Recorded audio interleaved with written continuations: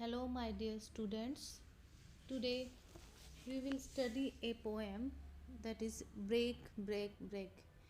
It is prescribed in MDS third year syllabus.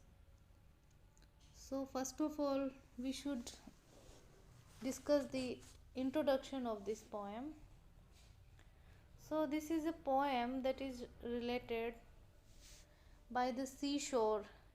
Here, the poet he sees the waves, he sees the seashore, that sea waves that are striking against the grey colored stone. The poet here thinks that sea is sad and the waves are expressing its sadness by hitting the stones. So, this poem is about the sad mood of the poet, or we can say that here poet is extremely sad, maybe because of the death of his dear friend. uh, his name is Arthur Hallam, but he cannot give proper expression to the ideas of sadness that are coming into his heart. So the poet here he wishes to be able to express his sorrows like the sea. So the poet is here Alfred Lord Tennyson. He was very famous poet in his age. So here Tennyson he finds that others in their lives are happy and they are carrying on their usual functions. And the fisherman's son is shouting with joy while playing with his sister. So here the poet is observing the lives of others, like sailor's boys who is singing while uh, rowing his boat. So he is enjoying his life. The impressive ships are going on the port over which the hill looks. So poet is observing the lives of others.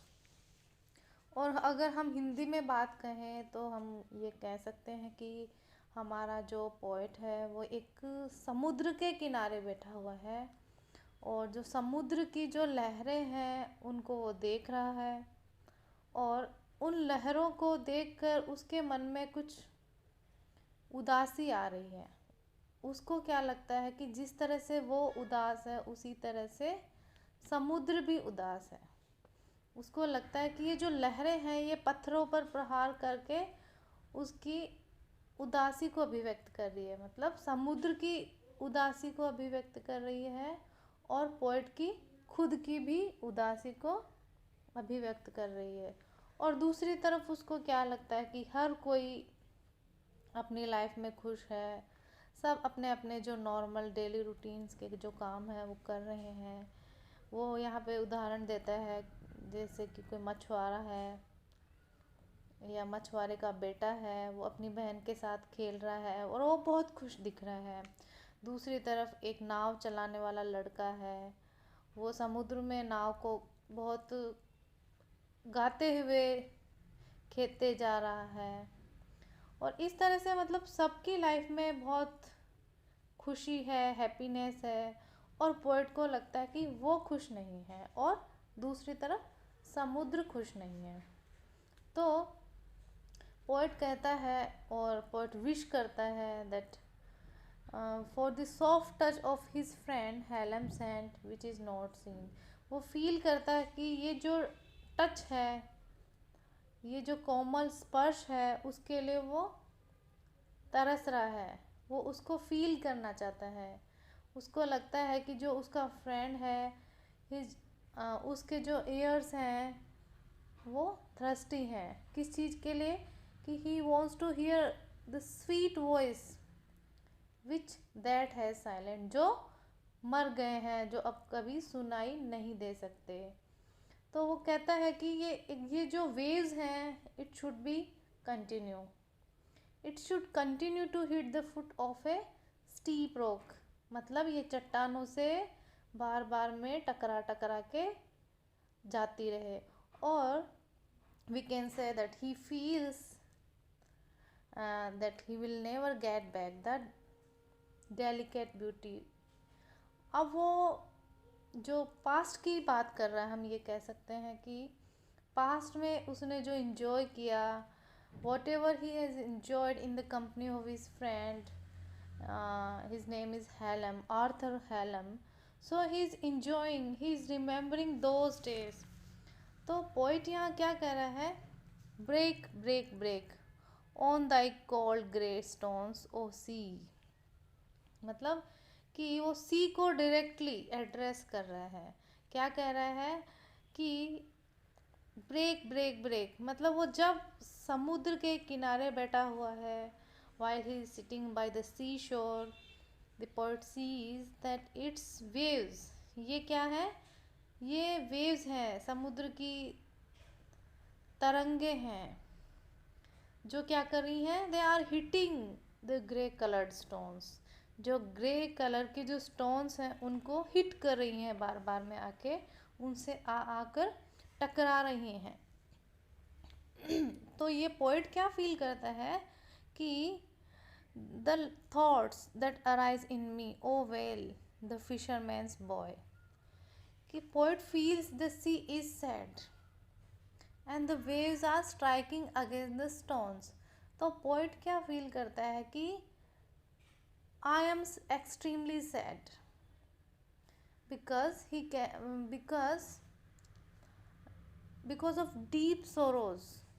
Deep sorrow किस चीज़ का है, क्योंकि he is away from his friend Arthur Hallam is now dead, he is remembering his friend, so now he yearns to express his sorrow like the sea। अब वो जो उसका जो मरने के बाद में जो दुख है, उसको वो सी के वेव से कंपेयर कर रहा है कि समुद्र का भी दुख उसी तरह का है। But the great shock at the death of his friend has made him tongue tied. अब वो अपनी जो पास्ट लाइफ है, जो फ्रेंड के साथ उसने बिताई, उन सब को वो याद कर कर के बहुत परेशान है, और उसको लगता है कि अपनी लाइफ में हर कोई खुश है। जैसे ये fisherman's boy, he shouts with his sister, मतलब वो अपनी सिस्टर के साथ में बहुत अच्छे से खेल रहा है। तो he is observing the lives of others also. ठीक है, तो इन लाइन्स में क्या बोल रहा है, ओ well for the fisherman's boy that he shouts with his sister at play। क्या कहता है कि that fisherman's boy and sailors दोनों खुश हैं। फिशरमैन का जो लड़का है वो अपनी सिस्टर के साथ खुश है, और जो सेलर है वो भी खुश है। वो बहुत खुशी से गाना गाते हुए अपनी जो नाव है उसको चलाए जा रहा है। सो दे बोथ आर हैप्पी, वो दोनों अपनी लाइफ में बहुत खुश हैं। और वो कहता है कि उनको जो बाद में होने वाला है उन चीज़ों का भी कोई दुख नहीं है, because they are unaware of the intense grief. उनको ये नहीं पता है कि पोइट के लाइफ में क्या चल रहा है, पोइट किस चीज़ से दुखी है। उनको इस चीज़ से कोई लेना देना नहीं है, किसी को किसी से लेना देना नहीं है। वो कहता है कि इट इज़ मी ओनली, कि आई एम अलोन। क्या कह रहा है, I am alone and sorrowful in this world, कि मैं इस संसार में अकेला हूँ और मैं अकेला ही मेरे दुखों को भुगत रहा हूँ, या मैं उदास हूँ, मेरे पास मेरा जो दुख है उसको बांटने वाला कोई नहीं है सिवाय इस समुद्र के, इस सी के। इसकी जो सी शोर है उससे जो वेव्स टकरा टकरा के आ रही है, उसकी कंडीशन बिल्कुल मेरी तरह है। और नेक्स्ट लाइन्स में वो क्या कहते हैं, and the stately ships go on to their haven under the hill, but O for the touch of vanished hand and the sounds of a voice that is still, break, break, break at the foot of thy crags, O sea. But the tender grace of a day that is dead will never come back to me. तो इन lines में ये जो poet है Tennyson, he is saying that the sea waves are striking, they are striking against the seashore and feels that they are expressing the sadness of the sea. Poet क्या सोच रहा है कि इस तरह से जो सी वेव्स हैं वो चट्टानों से टकरा टकरा कर वापस जा रही हैं, तो इस तरह से समुद्र क्या कर रहा है, इट इज शोइंग और it is expressing the sadness of the sea. वो क्या कह रहा है कि वो अपना दुख प्रकट कर रहा है. Later poet here he says that he wants to express his deep sorrow at the death of his dear friend Arthur Hallam. वो इस तरह से क्या कर रहा है कि ये समुद्र है, ये भी मेरा जो फ्रेंड है उसकी डेथ का जो सोरो, जो दुख है वो एक्सप्रेस कर रहा है. तो यहाँ पे वो दोनों चीज़ों को कंपेयर कर रहा है. वो खुद को लोगों से कंपेयर कर रहा है, अदर्स से कंपेयर कर रहा है, मतलब उनकी लाइफ से कंपेयर कर रहा है कि दे आर हैप्पी. और वो कह रहा है कि even they do not care even to hooks for his sadness. और वो ये भी केयर नहीं करते बाकी लोग कि किसकी लाइफ में क्या चल रहा है. जो एज़ यूजुअल जो फंक्शंस हैं, डेली रूटीन है, वो सबका एज़ यूजुअल ही चल रहा है. जैसे पहले वो एग्जांपल देता है कि fisherman son shouts with joy while playing with his sister. और नेक्स्ट एग्जाम्पल वो देता है कि sailors boys is also happy, he is singing while rowing his boat on the way. So इस तरह के जो एग्जाम्पल्स दे रहा है, तो पोइट क्या कह रहा है कि उसके चारों तरफ शिप्स आर गोइंग ऑन और हर कोई हैप्पी है, और यहाँ पे जो पोइट है वो सिर्फ अकेला फील कर रहा है, इज़ वेरी अलोन. और now he is missing his friends, now he is missing his past.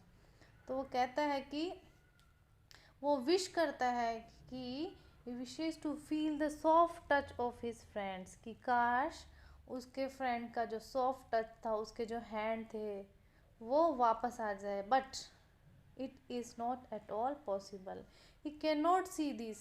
और उसके बाद में he wish that those years are thirsty to hear the voice, कि अब मैं मेरे जो फ्रेंड है हालम, उसकी जो स्वीट वॉइस थी, अब मैं उसको भी कभी वापस नहीं सुन पाऊँगा. क्योंकि डेथ ने क्या किया है, death has silenced for ever.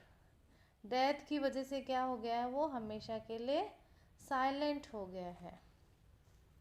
Next वो कहता है कि जब वो बैठा है साइड में समुद्र की किनारे, लहरें आ रही हैं जा रही हैं, तो he feels that the beating of the waves against the foot of the steep rocks in sea continues and there is no break.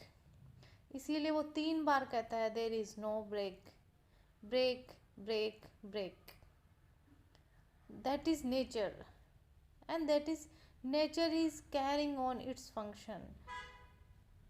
लेकिन नेचर क्या करती है, ये नेचर का काम है, जो आता है वो जाता है, ठीक है, और सबका एज यूजुअल रूटीन चल रहा है. तो poet feels more sad. Now he realises that the soft beauty of the time which he enjoyed in the company of his friend Hallam is now gone. It will never come to return to him in future. तो अब poet को ये realisation हो जाता है कि जो past में जो उसने जो अच्छे पल, अच्छे मोमेंट्स अपने फ्रेंड आर्थर हैलम के साथ गुजारे थे, now this time will not come.